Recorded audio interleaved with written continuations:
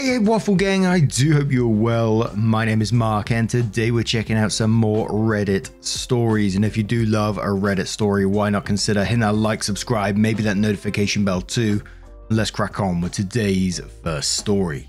Much love, guys. Now today's first story comes from SadAd4267 from the Relationship Advice subreddit and says, I, 25 male, refuse to forgive my family sisters, 33 female, 31 female, and my parents, 63 female and 60 male, until they pay me back my inheritance they spent on themselves. I, 25 male, am the youngest of 3 siblings, 33 female and 31 female. My parents, 63 female and 60 male, are owners of a grocery store that was passed down through my father's side of the family for generations. My grandparents on both my dad and mum's side left me and my siblings each a college/trust fund of $100K. Each of my sisters blew through their money and dropped out of college. Both of them became single mothers to my 3 nieces, 10 female, 8 female, and 7 female, and came back to work for my parents' store. I was the only kid who didn't work for my parents' business, as I got a job as a landscaper for the summers and after school throughout my entire high school years and saved up about $20K. I got accepted into college on a partial scholarship, and I was beyond thrilled because I knew I had a great opportunity to leave college debt-free and own my own home by the time I was 22. Just as my sisters did when they turned 18. I asked my parents to turn over access to the trust, as I wanted to have the money under my control, just like my sisters did. That's when my parents told me we would discuss this at dinner tonight. So at the dinner, my whole family was there, including my nieces.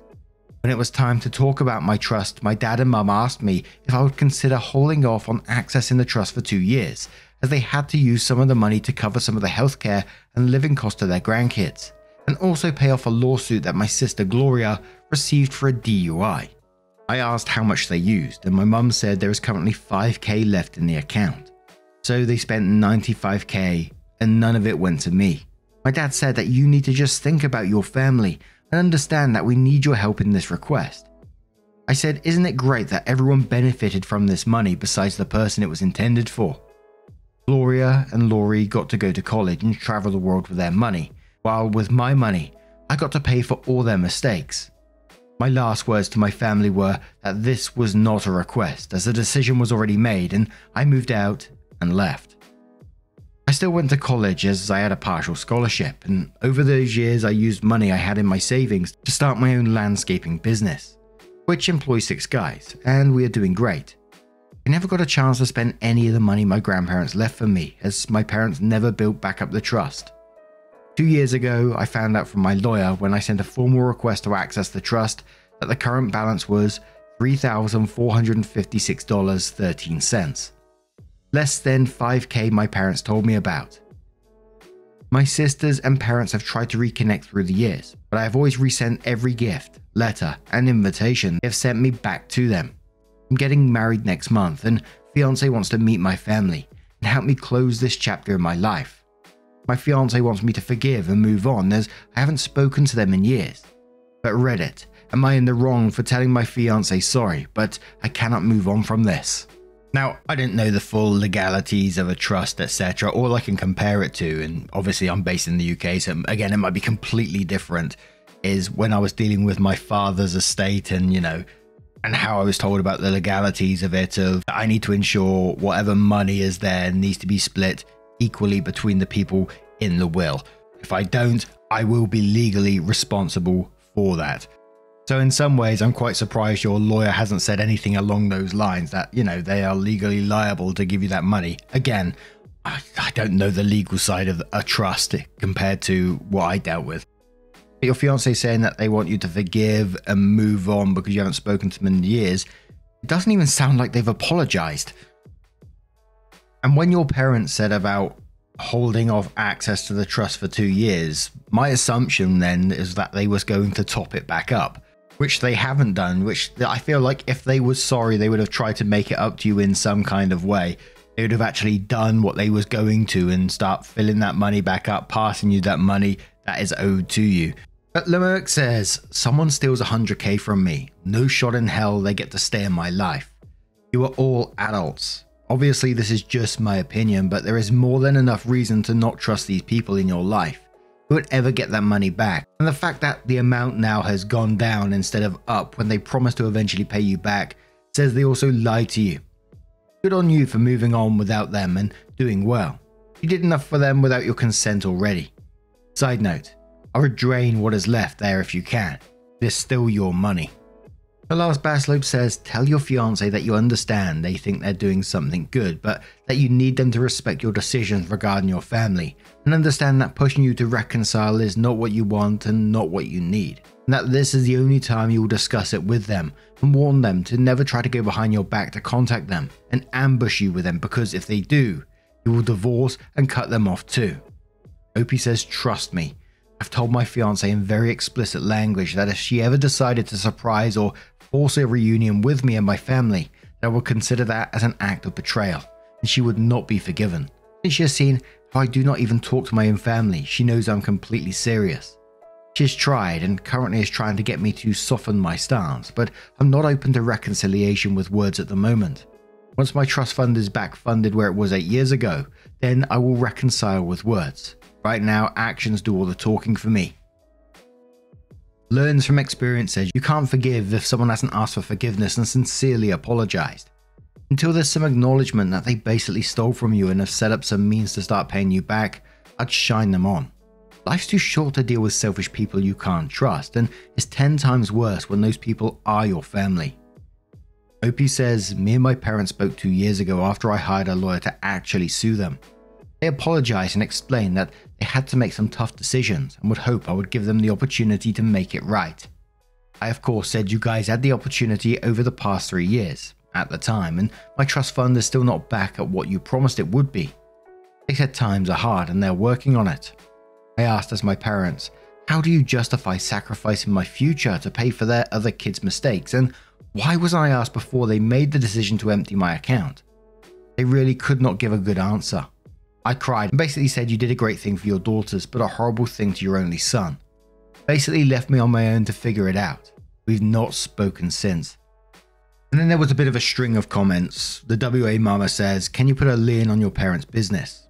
Opie says I would not do that as the business employs a lot of people who truly need that money to survive. 2 years ago I started the process of filing a lawsuit and hired a lawyer and everything. But ultimately I put the suit on hold as the pandemic and the economy was affecting everyone really bad. I'm blessed that my business has flourished the way it has to allow me to afford to make those kind of decisions. Pre this, Replies that saying a lien wouldn't shut the business down. It would make sure you got paid first out of their estate when they pass, if they went bankrupt, or if they try to sell the company. Opie says yes, you are correct. Nevertheless, I want to keep this away from the store, if that makes sense. The business cannot be sold without majority family approval. A lien is very much possible, but I do not want to go that route, as for me, that is the last option. You have some employees who have worked for that store for 40 years. Think small town America family grocery store. And Notorious Dad replies that saying, yes, you're being naive. Your family has already conspired once to deprive you of your fair share of your inheritance. Selling the business with majority family approval means that they can make a decision without you, keeping you in the dark until the sale is approved and denying you participation. You'd be without any share of the store's sale and without recovering their theft. I put a lien on the business, including the property. That will prevent the sale and assure that the debt is resolved. I'd also have them put their shares or interest in the business in your name and agree in writing to return their interest once your inheritance is restored. Jen says if they draw a wage, you can look into garnishing their wages. And a final reply from OP that says, Jen, legally I can force the issue like a hammer. However, the collateral damage is not something I'm ready to assume responsibility for. Why do I have to be the bad guy to force them to do the right thing? I struggle immensely over the moral question to force this issue in the courts. The store has nothing to do with their actions, and I know it sounds naive, but I've made the moral decision to try at all costs to keep the store out of this for now. Some of my close friends' family members work for the store to this day. My family knows this, and I believe this is why this has dragged on for so long. Side note, no one in the family can take a wage higher than 85k while working for the store. All additional profits must be invested back into the business. So OP does come back in to update their post. They said, So much has happened that I think the best way to do this is to put this in key points and answer in the comments. Thank you to everyone who sent me direct messages and wrote me in the comments. The thread was locked after 4 hours of it being posted, so it blew up fast, and I know everybody did not get a chance to comment last time. As a result, my inbox was flooded, so I wanted to give the best update I could because so many of you took an interest in my story. What has happened since? Fiancee admitted to speaking with my family on Facebook Messenger, and they also spoke in person. When she said they met each other in a restaurant, happened a month ago. Fiancee said it was very emotional. I told my fiancée I'm extremely disappointed that she withheld this information from me for a month. Fiancée told me she felt guilty and afraid to tell me because she thought I might break up with her and cancel the wedding if I found out.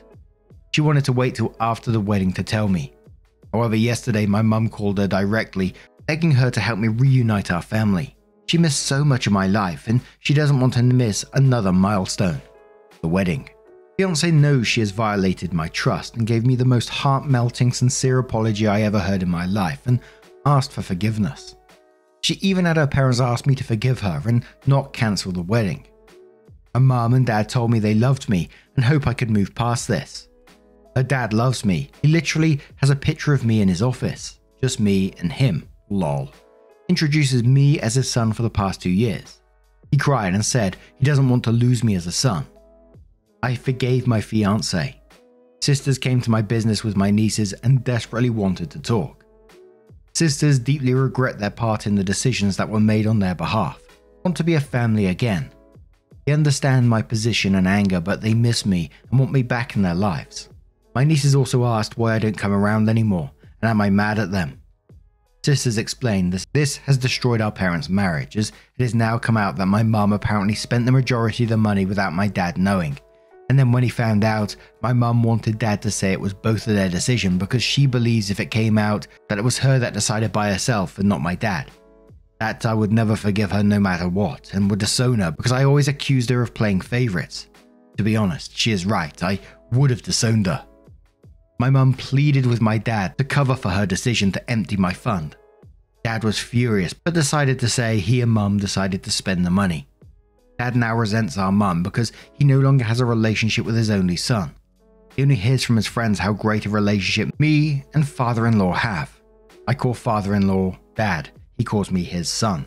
Dad told my mother either she fixes this or he is done with her and he is telling me the truth. I told my sisters that I loved them and my nieces and I do not hate them. However, they helped rob me of a very important gift that our grandparents gave each of us, and I missed out on life experiences they got to experience, and I did not. It's like they stole my last gift that our grandparents left for me. We all cried and I accepted their apology, but I told them I do not know how to let go of this resentment I feel towards them. I let them know our relationship will take time to rebuild.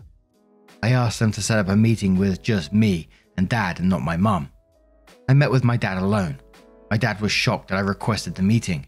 He looked defeated and asked to speak first. My dad told me he has been depressed for the last few years and feels like he truly failed me as a father. And he knows he betrayed me, and as a father, he must take that to his grave that he is the reason his son hates him. He said he's extremely jealous of the relationship I have with my father-in-law, and he just started crying for like 3 minutes straight. I told him I know it was mum who decided to spend the money. I told him I understand why he didn't throw mum under the bus, but he deeply hurt me by covering mum's decision this long. I told him I love him and said he doesn't owe me anything anymore. He's done owing mum's debt. We both cried and hugged for like 5 minutes. I invited him, my sisters, and my nieces over to dinner at my place that night without mum. I let my sisters and my dad know if they came to dinner with mum with them that this would be the last time we speak. My mum clearly found out about the reunion without her and wanted to speak.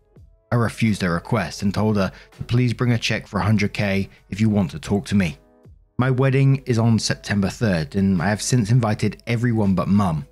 My sisters want me to hear mum's side of the story. My dad has said he is done covering for my mum's decisions. My fiancée is happy and supports my decision 100%, even though I know she wants me to meet with my mother. She just got forgiven herself. She doesn't want to push. Reddit. Should I meet with my mum before or after she hands me the check for 100k? I'm not sure how I felt at the end of this one. It's like, OP's a very, very forgiving person clearly in this. And it's clear that the mum was the main one in the wrong within this story, but it seems like they've all had some sort of part to play in it, and no one seems to have taken any responsibility for the decisions that's happened in the past either. No one's, no one said, oh yeah, we'll get what we can to you or anything like that. It's just sort of like, forgive us, let's move on, let's crack on with this now, let's move past. It just felt like throughout it all, there was no effort at all. How many years has it been? Was it 6 or 7 or something like that? And not even a penny's been put back into that trust. In fact, some was taken out. I know people struggling, etc., but if you're trying to rebuild anything with your son who's got no contact with you, surely you'd try to fix the situation that was created rather than do the complete opposite of it. But I don't know. What do you guys make of this situation? Let us know your thoughts down in the comments below. And let's move on to another story. And some people have been asking for a couple of little stories from the Entitled People subreddit. And I saw this one today. It's a UK-based story. It's about B&Q, which is like a DIY hardware store, if you like. Sells tools, paints, gardening stuff, all the usual stuff, right? It's from Averagely Brilliant, who says, strange behavior in B&Q. I went to my local DIY store to get a few things yesterday. When I got to the checkout, there was a man in front of me explaining something to the checkout woman. I didn't hear what was said, but the gist of it was that he wanted her to save his place in the queue while he went and got something he had obviously forgotten. As he walked away, the woman shrugged and pointed at the queue as if to suggest she couldn't hold up other customers for him. He walked away, leaving his items on the conveyor, and the checkout woman gestured me to come forward. I paid for my items very quickly, and as I was waiting for the receipt, Chummy returned. Chummy. As I walked away, he said to anyone who might want to listen, well, either I lost my place in the queue or people chose not to listen, implying that the entire queue should have been held up for His Majesty. I nearly turned around to tell him to calm down and be nice, but I suddenly got a very real sense saying something would not have been helpful. As I left and returned to my car, he hadn't come out of the store.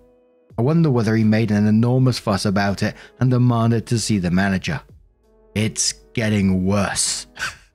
This unearned sense of entitlement or self-importance seems to be growing like a malignancy in the UK. People have lost all sense of courtesy and fair play. I notice it on the roads especially. People do some really stupid things that have no grounding in common sense. Naive adds a similar story on the back of that and says, had a similar yesterday in Lidl, which is just like a supermarket. I joined the shortest queue. Woman with trolley was pottering about the lane. Looked like she was still shopping. Lidl has a space between the shopping aisles and lane and checkout.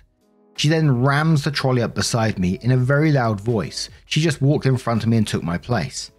I ignored her. She wasn't in the queue. She was looking at the queue while in the aisle and looking at crisps, or chips in the US.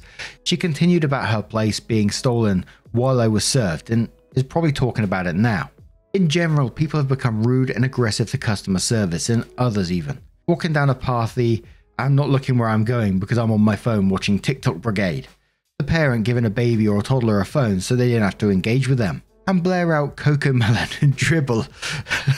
There is an epidemic of rudeness and me culture. It is really sad.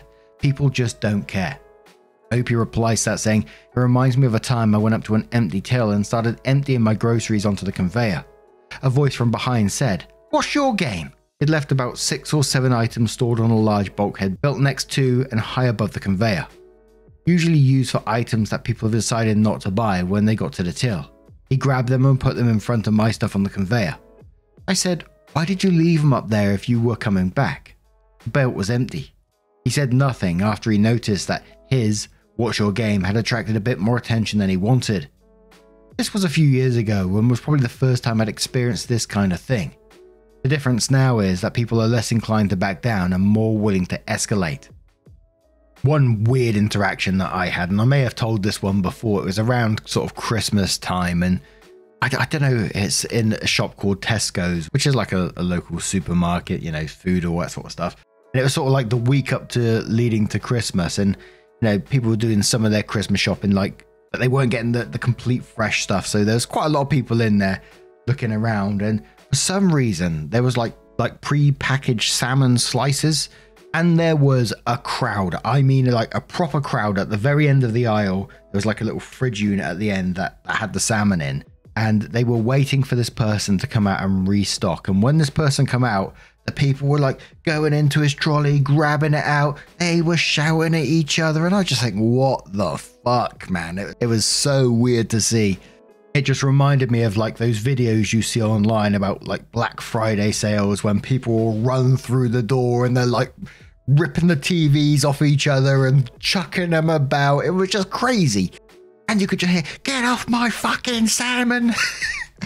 There was a whole bunch of drama after it. Like it went on like the local Facebook group and it was like, people need to be more considerate of others. I didn't get my salmon. Gonna have to go to another supermarket now, ain't I? Oh man, the world is just wild, isn't it? Anyway, I don't know where I was going with that story. What do you guys make of this situation? Have you had yourself any weird little interactions in the supermarket? Don't forget to let us know down in the comments below. And just a huge thank you from the bottom of my heart for getting involved in today's stories. Your love, your support, your time always means the absolute world to me. So thank you so much. And hopefully I'll see you in the next one. Take care and much love.